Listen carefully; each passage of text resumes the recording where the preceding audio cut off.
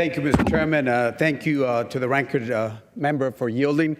I also want to thank the appropriation chair from New Jersey and the staff, and also the ranking young lady from New York and the staff for being a bipartisan committee. The Appropriations Committee has been bipartisan. While this bill before us is a step toward getting the job done of passing the appropriation bill before the end of the fiscal year, we know this is only the first step. We still need a lot more work to do.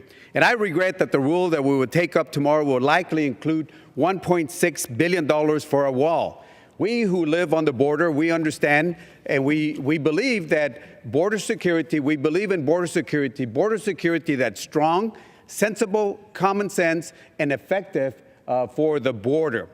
The wall is a 14th century solution to a 21st century challenge that we have. The border wall is not the right solution for border security. Why? Number one, private property rights. We believe in private property rights. In fact, there are some people that have, for generations, that have owned land along the border.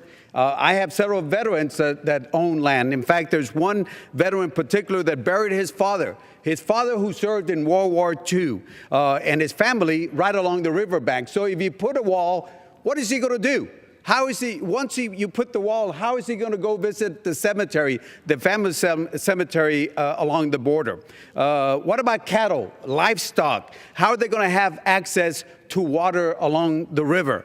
Number two, that we have natural barriers along the Texas border. We have the rivers. You can see how the river snakes around. And what about the cliffs? Are you going to put a wall on top of this cliff? It just doesn't make sense. Number three, what about taxpayers' dollars? Mexico is not going to pay for this wall. We know that the American taxpayer is going to pay for this. $1.6 billion for 74 miles out of the 1,954 miles that we have. That's $21.2 million per mile for this wall, compared to $1 million of technology. We wanted to put technology, cameras, sensors, aerostats for border security.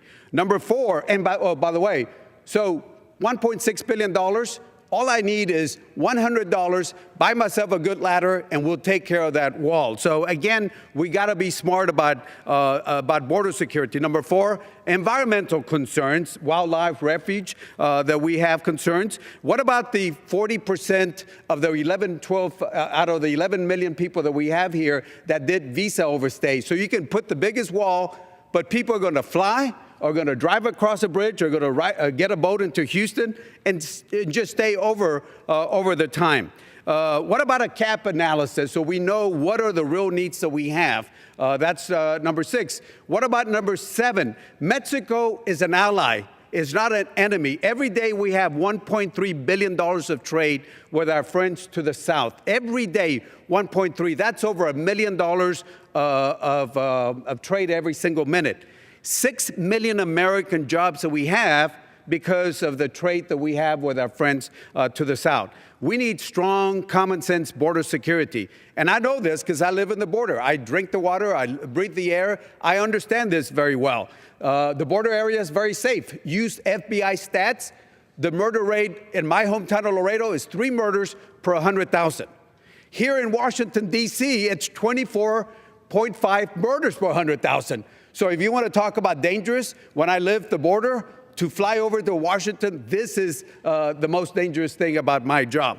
So the wall is a 14th century solution to the 21st century problem. I ask you to vote no on the border wall. Again, I want to thank the Appropriations Committee for being very bipartisan. This is only the first step. I yield back the balance of my time.